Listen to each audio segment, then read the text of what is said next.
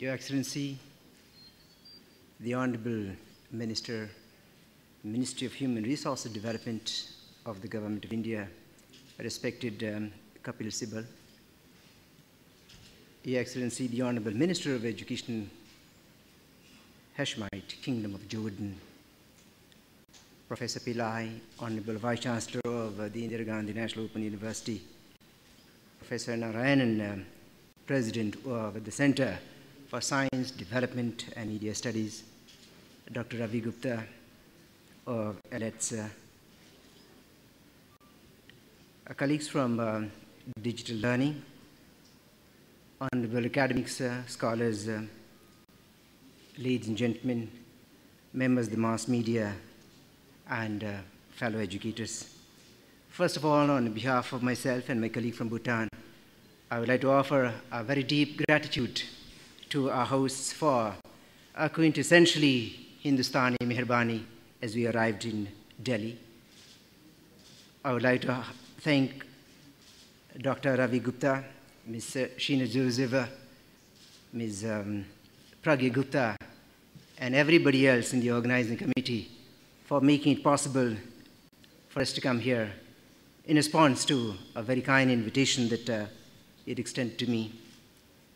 I know it will not be possible for me to climb the summit that earlier speakers have done. However, since they've been so kind to allow me this space, I would like to share with this distinguished audience a few thoughts on the issues that have been responsible for making this summit possible. I welcome this tribune of thought from which issued forth this global event. I had often thought this was it. The light was retreating. Learning was rapidly becoming an irksome afterthought. I've often wondered why everything else takes the center stage and the very source of light should be consigned to the backstage.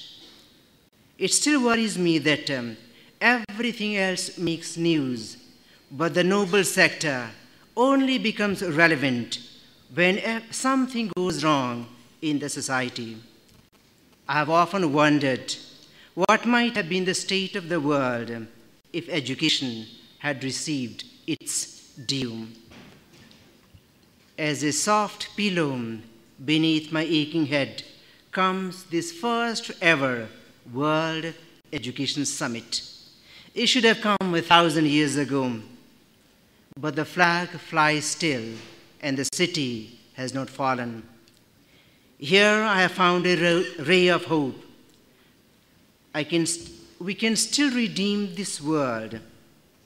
We can still redeem the noble sector and launch a new civilization. I would like to offer my deepest tribute to the enlightened minds that saw the reason for this event whose time has truly come. I commend the initiatives taken by the Indira Gandhi National Open University, the Center for Science, Development and Media Studies, and LETS Technomedia Private Limited to host this historic summit. It is a blessing to the world. Its value and its symbolism speak for themselves. Education may not be as newsworthy as the stock market or sports or tsunami. It may be less dramatic than HIV/AIDS or bushfire or earthquake. But given its due and pursued with honor, the light of learning can redeem the world.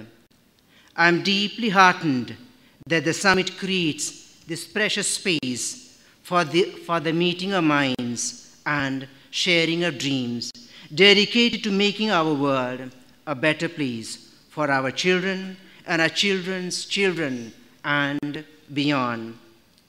Education is at the crossroads of a complex kind today.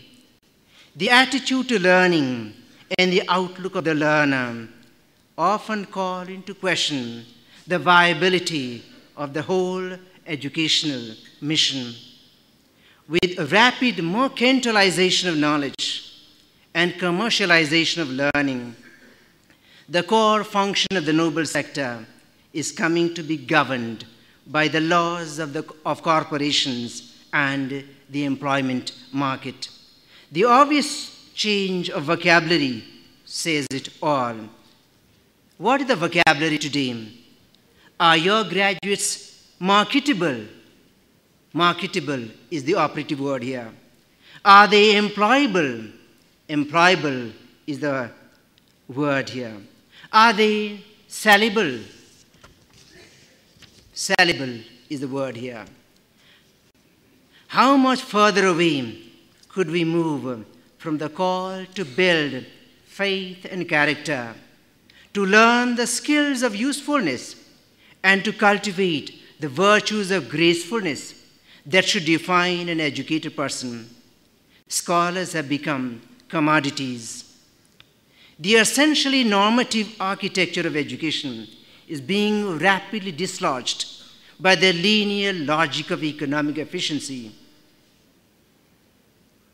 with the result that if a life-affirming discipline is not at the same time also economically viable, there may not only be fewer takers, but its support and succor could be greatly compromised. However mundane and mercenary a course may be, if it has a material carrot dangling at the end of the stick, it can cause magic. One may wonder, therefore, what, after all, is the purpose of education? Why do we occupy young people for 9 months out of 12 in schools, colleges, and universities, if the goal is nothing more than simply getting a job, as important as it may be?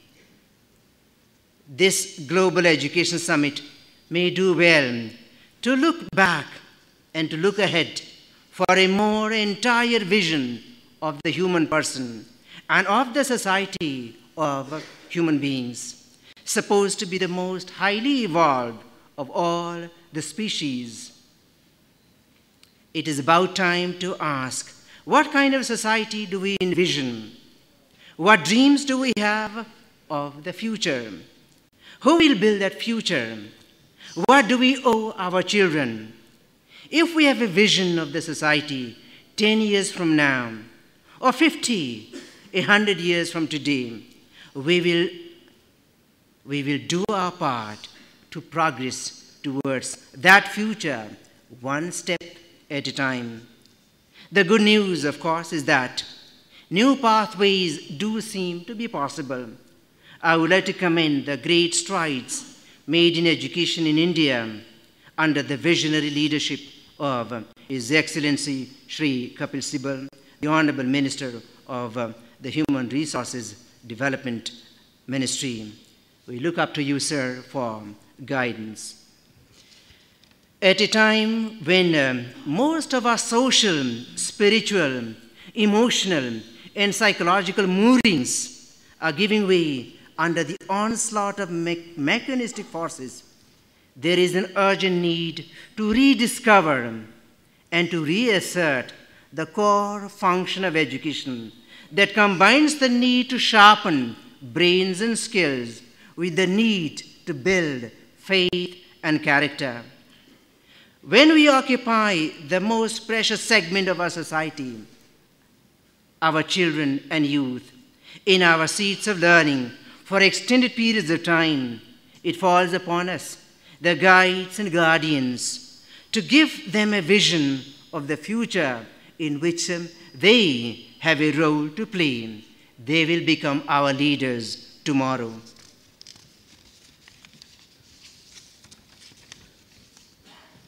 If a nation has a dream, it falls primarily upon its education system to uphold it and to advance it. As for my country, the philosophy of gross national happiness is our North Star. This development goal is founded on the belief that the ultimate desire of all human beings is the attainment of happiness, that the profound needs of human beings are not necessarily physical or material, and that there is no direct relationship between the level of material being, between the level of material wealth and the experience of happiness. Beginning in the academic session 2010, therefore, the Ministry of Education has launched a nationwide program called Educating for Gross National Happiness, to be realized through building green schools for green Bhutan. By hitching our efforts to a sublime goal, we believe that the noble sector will be able to rediscover the true purpose of education and perhaps redeem itself. The hope is that our children and youth brought up with these learning experiences will imbibe the right values and acquire the right kind of knowledge to make them better realized and fulfilled human beings. Once they complete their education and join the larger society, they will release the positive energy and goodwill that they acquire at school to the society. A society that benefits from such inputs is expected to be more at peace with itself and at peace with the world beyond. This is only an experiment. We have no illusions about the challenges such a project presents, and we have our immediate concerns and compulsions, as indeed most of the world has.